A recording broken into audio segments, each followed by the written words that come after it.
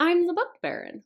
Welcome in, everybody. So today we're going to be talking about all the things that I aspire that I hope to read in April. And I gotta be honest, I'm actually feeling really good about this TBR. Pretty much everything that I'm talking about, I either already have downloaded on my Kindle, already have it checked out from the library. In some capacity, I got my mitts on it already. I'm that excited to be reading all of these books. So I feel really hopeful that I'll be able to get to everything.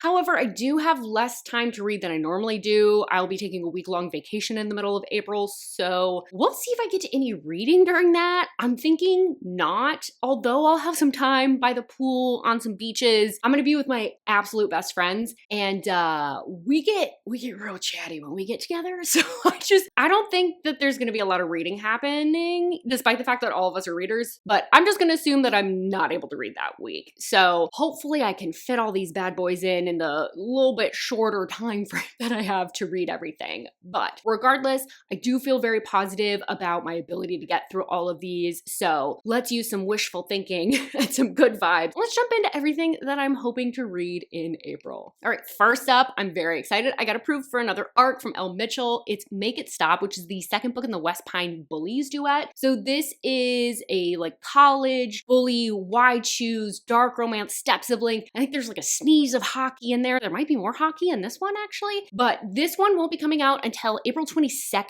I believe is the release date. I really should be a better arc reader and actually double check these dates before I just say things that are coming out of my mouth. What is happening now? I've lost my train of thought. Let's talk about what this book's actually about. I don't want to spoil anything, so I'm obviously not going to tell you, the synopsis for this book, but I'll tell you about the first book. In the first book, we're following Sage, and she knows the exact day her life went to shit because she found out that her boyfriend was cheating on her with her very best friend the same day that she had to move away from Vancouver to this small town. Why is she moving? Because her mom decided to marry her boss, and now she's got to move in with him and his son. So fun times for everyone. Unbeknownst to her though, her stepbrother is not the little boy she's kind of picturing. He's actually a little bit of a loose cannon, and when she's driving into town, she nearly hits him, but she does hit the brakes just in time. She'll come to regret that later because him and his friends take every opportunity to make her life a living hell. They don't even let up when they go away to college. They still are able to manipulate the people around her in order to torture her. And it's all for the grave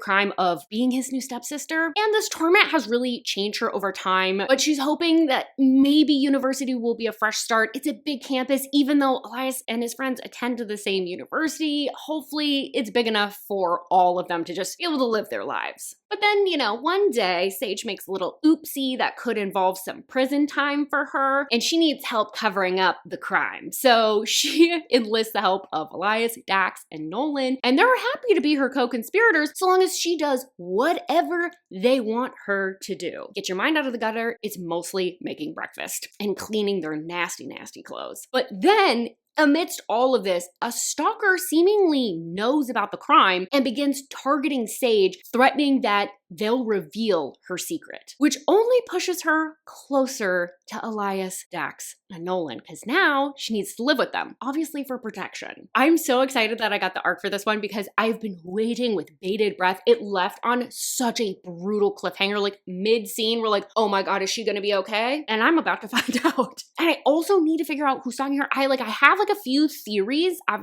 talked about some of them with Jana, and I just really want a fun, spicy time. And this is Elle Mitchell's spiciest book yet, so it's guaranteed to have some of that. Next up, we are moving on to my new favorite author, T.A. White. So I'm going to be continuing on in the Broken Land series. I'm going to be reading The Wind's Call. The Wind's Calls? Wind's Call? The Wind's Calls. The Wind's Call. I'm gonna move on. Someday I'll learn when to make things plural, but today is simply not that day. This is the fourth book in the series. It is a proper series, so you do need to read it in order. However, the first three books do follow one couple, and then the last two books follow a different couple. This is a fantasy romance, and because, again, it's following a new couple, I'm going to tell you about the synopsis for this, and hopefully it doesn't spoil anything. It shouldn't. Anyway, this is following Eva, who is the herd mistress, which doesn't sound like a very prestigious role, but it's actually very revered because she cares for the horses of a war clan that is nomadic nomadic, so they value their horses a ton. Horses are everything to them. But she specifically isn't held in that high of regard because she's a tag-along, which essentially means that she wasn't born Trateri, she wasn't born part of these clans, so they don't quite accept her as one of their own. She's a little bit of an outsider. One day, after getting into a spat with a new apprentice, she is trying to just cool off, goes for a ride in the woods, and ends up rescuing a mysterious winged horse-like creature. And this sets off a chain of events that she could have never have predicted, because it opens the door for a very critical alliance that the Trateri have been wanting to make. So obviously this alliance is very important. Failure is not an option, and that means that Eva must venture into the Highlands, which are full of monsters and beasts, and she's going to do that with Caden and a few of the warlord's most trusted warriors. But dissent is growing in the ranks, and Eva's gonna have to be really careful about who she selects as her friends. I'm really excited to be back in this world. I've had such a fun time getting to know this world. I think in my wrap-up, I compared it to the world that A Heart of Blood and Ashes takes place in, or like Witcher or Lord of the Rings. It's these wild, epic adventures, these big monsters that need to be slain, and you can never quite guess where the series is gonna go because politics or single interaction can change everything. I'm a little sad to be leaving Shay and our warlord because I love them so much, but I'm excited to see what this new couple brings to the table and what parts of Trateri culture I'm gonna be learning about here, different parts of the world that I'm gonna be exposed to, and getting away a little bit, it sounds like probably from more of the clan life and the Pathfinders, so I think it's gonna give me a new glimpse of this world. The only thing I'm a little bit concerned about is I do feel like this one's gonna be way more fantasy forward than romance. I felt like the first 3 books were actually pretty well balanced between the two, but this one I have a feeling is gonna be pretty fantasy forward. So let's hope that that romance really comes through. Next up, there's another book by T.A. White that I'm gonna be reading, and it's because I thought I was done with Firebird Chronicles, or I had like read everything that had been released so far, but no, I completely missed. There's a 6th book that was released this year. It's called Echoes of Insurrection. It's a sci-fi space opera series, and it is a proper series, so I have to tell you about the first book once again. I'm so sorry to everyone who watches like a lot of my videos. I'm sure you're sick of hearing about this book specifically, so I will try and keep it brief. But Kira is a very decorated war hero, and she has left her life as a warrior in the military behind because she just wants something a little bit simpler. So she's been working as a salvager. She finds pieces of alien wrecks from the war and brings back some of those parts to be analyzed so that they can glean new important information. So one of her salvages that she's going on, she gets access to a really crucial piece, but in order to get access to it, she ends up damaging her ship and taking some risks that she probably shouldn't have. That means that she now needs to get her ship repaired, which involves going to a space station that she really doesn't want to go to because it has way too many ties to her past. So she, in her mind, is like, I'm gonna keep my head down, I'm gonna get in, get out, get those repairs, and then be back on my way. But, you know, girlfriend just can't help herself. She ends up seeing 2 children that are in trouble. She knows, I was gonna say campus security, false, that the space station security won't get there in time. So she's like, guess it has to be me. Ends up rescuing them, which then draws the attention of the Tuon that are protecting these children. And they're like, wait a minute, we're kind of interested in you. You should come back to our home planet, because the relationship between Tuons and humans is so tenuous since the war. They were allies during the war, but since then, you know, things have kind of broken down. Tuon don't really trust humans. And I mean, you know, fair, you've got good reasons. And they're kind of viewed as like wizards and very magical like beings because they have what seems like magic to humans. So she is kind of going against her will in a political maneuver as a political pawn to the Tuon homeworld. And so she's like, how am I gonna escape this? I'm really excited to find out that there's another book that I get to read because I was really curious how things were gonna wrap up. There's a big rescue that happens at the end of book 5. So we know who's okay and who's not, but there's so many loose ends. There was like a glimpse that we got behind the curtain of who's really pulling the strings. And I want more answers about who that is and what they're up to, because that threat of war is still there. I just want them to uncover like who the enemy is once and for all. Next up, the priority read that I will be reading for this month. That sounded so weird. One of my 2026 priority read that I'm gonna be reading. I think you get what I mean. I'm a mess. It's Surviving Raine by Shay Savage. It's a first in a duet. It's a survival contemporary romance. So this follows Sebastian Stark. He's a captain for a boat that ends up really catering to the very elite that want to travel the Caribbean seas. He's a bit of a loner and a massive alcoholic and just a touch of a fuckboy. But when his boat capsizes, he's stuck on a life raft with one of his passengers by the name of Raine. They're gonna have to band together to survive, all while he is suffering with DTs from a lack of alcohol. So we're starting off on a strong foot. But even the stoniest people, like Sebastian, can't help but open up when forced in very close proximity for so long. So I had wanted to read this and put it on my priority reads because I had really loved Transcendence, which is a caveman romance. I just thought it was so unique. I just think she has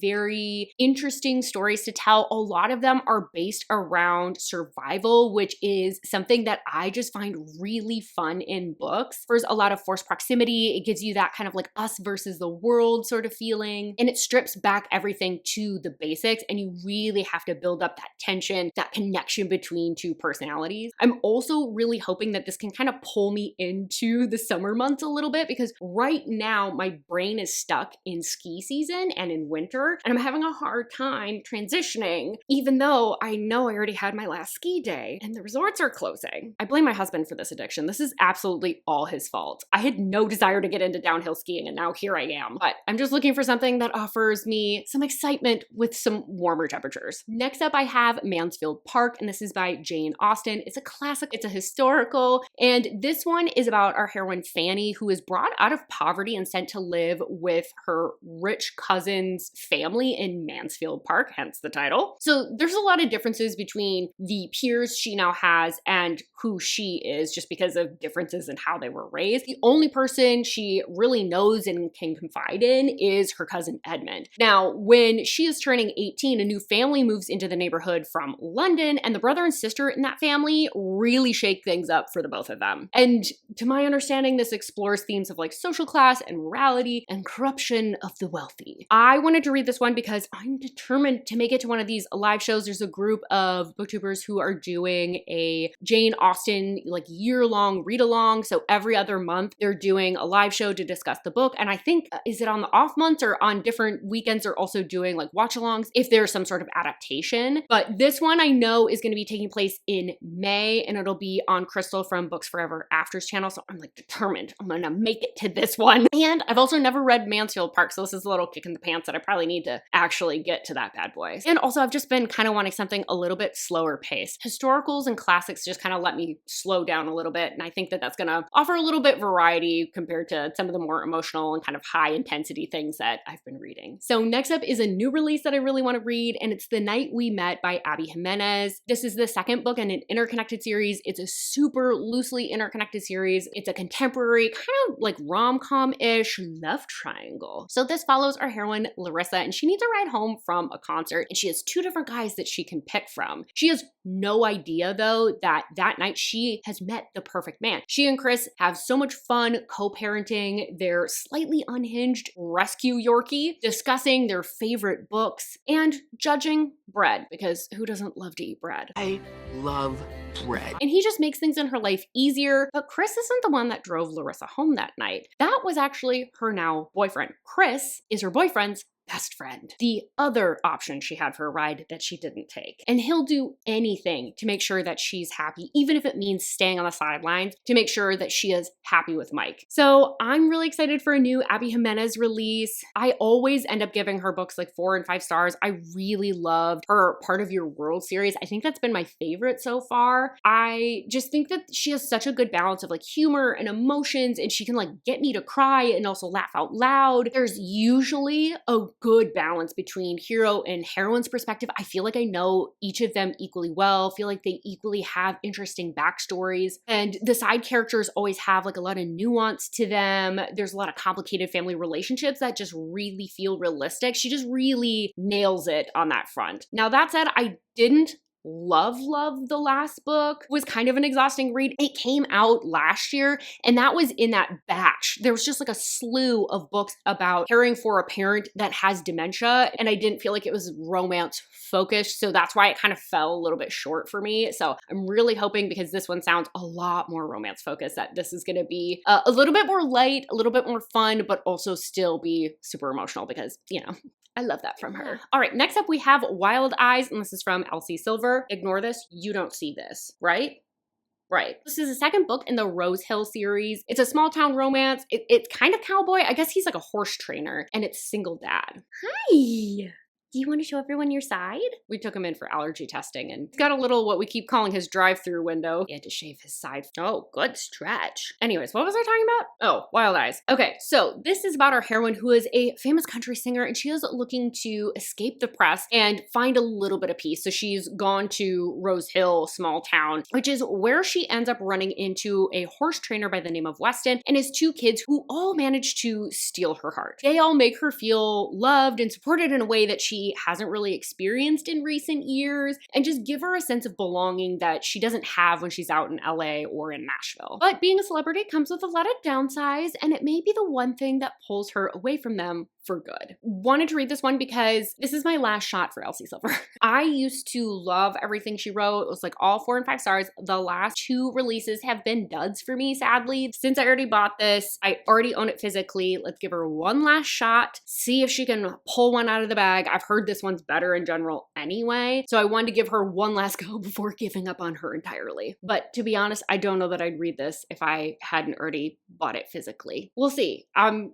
going in with an open heart and an open mind. So next up are my vlog books. I picked all of these because I was doing a TBR cleanup, like a proper spring cleaning. Cleaned out Goodreads TBR, Storygraph, that big Excel spreadsheet that I have, cleaned out, I think, over 300 or 400 books out of my TBR. Sadly, there will not be a video of that because although I tried to get footage of it, it looks like it was filmed on a potato. And there's no way to redo that video because, you know, once they're deleted, you can't really undelete them. So sadly, you won't get to see everything that got removed and what stayed. But regardless, I found some gems that have been on my TBR for a while that I keep pushing off. And I was like, you know what? Let's do a video, read some of those that have been on there for the longest and see if they were worth keeping on my TBR for all those years. All right. So the first book that I found on there was The Brit by Jodi Ellen Malpas. That might have been from a former Priority Reads list, maybe 2023, 2024. Does that sound right? That sounds like years that I would have done that. Anyways, it's a dark mafia romance with captor-captive. The synopsis is super vague. I'm going to keep it super vague because I don't know any additional details, but we've got Rose who is sort of floating through life, feeling a little bit numb to the things around her because she's just had a tough life and is just trying to survive. But she ends up getting taken as collateral by the notorious Danny Black, aka the Brit, in some sort of power move. But this ends up putting them in close proximity, which ends up stirring up some horny feelings in the both of them. So Danny ends up taking her because she is his enemy's lover. And he very quickly realizes she's got a mask on and he likes to poke at this facade that she's got. But despite their horny feelings, it's supposed to be all business, so there can't be any feelings there, right? Then we have Unbreak My Heart by Nicole. Jacquelyn, I think one of y'all might have even recommended this to me. This is a military romance, so we're taking a risk here. It's second chance, and it just sounds kind of messy, semi-love triangle. We have Katie, and she is best friends with Rachel. Unfortunately for Katie, she's got some feelings for Rachel's husband, but in order to preserve her relationship with Rachel, she obviously shoves those aside. She doesn't have a shot with this guy anyway, and Shane being in the military really helps because he's gone pretty often. But when tragedy strikes, it changes everything. Rachel ends up dying in a car accident. They are able to save the baby that she was pregnant with at the time, but this means that Rachel's kids need a mom, and Katie steps in, upending her entire life to be a parent to these children. Now, Shane starts struggling over feelings of guilt because he ends up taking interest in Kate. They end up growing closer through this co-parenting relationship that they develop, and when he is deployed once again, it forces Kate to become a single parent, and she would love nothing more than to have Shane back. But his homecoming brings about feelings of betrayal, and Kate will have to fight for a future that she wants, whether or not that actually involves Shane. So I'll be totally honest with you, I'm a smidge nervous for this one because of the military fiction part. I'm hoping the emotional parts will pull me through because I've heard it's a tearjerker. So we'll have to see about that one. The final one I might even be more nervous about because the ratings are garbage. It is His by Aubrey Dark. I do have a backup just in case this one doesn't work out. So we'll see if we have to resort to desperate measures, but this one is a dark serial unaliver captor-captive romance. Our hero is a serial unaliver, and our heroine is playing a bit of a detective at the time. She ends up following him home, trying to figure out what his secret is. Initially, she thought he was harmless, and she really couldn't be any more wrong because she ends up in his basement, handcuffed to the radiator, begging to be let go. This one, it does say that it's for readers who like comfort food, so I'm really hoping for the best with this one. I really hope that it's well done, but we shall see. All right. With that, those are all the books that I'm hoping to read in April. Like I said, I actually feel very hopeful about this TBR, that I'll be able to stick to it, and feeling a lot better about being able to have more time for reading this month, but we shall see. I would love to hear what you guys are planning to read in April. Are you starting to make that transition to like spring and summer books? Are you pretty much keeping things the same? Any new releases that you guys are excited for? Or if you have read any of the books that I mentioned, I would love to hear your thoughts and opinions. Spoiler free, please. But with all of that, thank you so much for being here. Don't forget to like this video if you did find yourself liking it at any point. And don't forget to subscribe. I would love to have you back for another video. And I really, really, really do hope I see you on my next video. Bye-bye.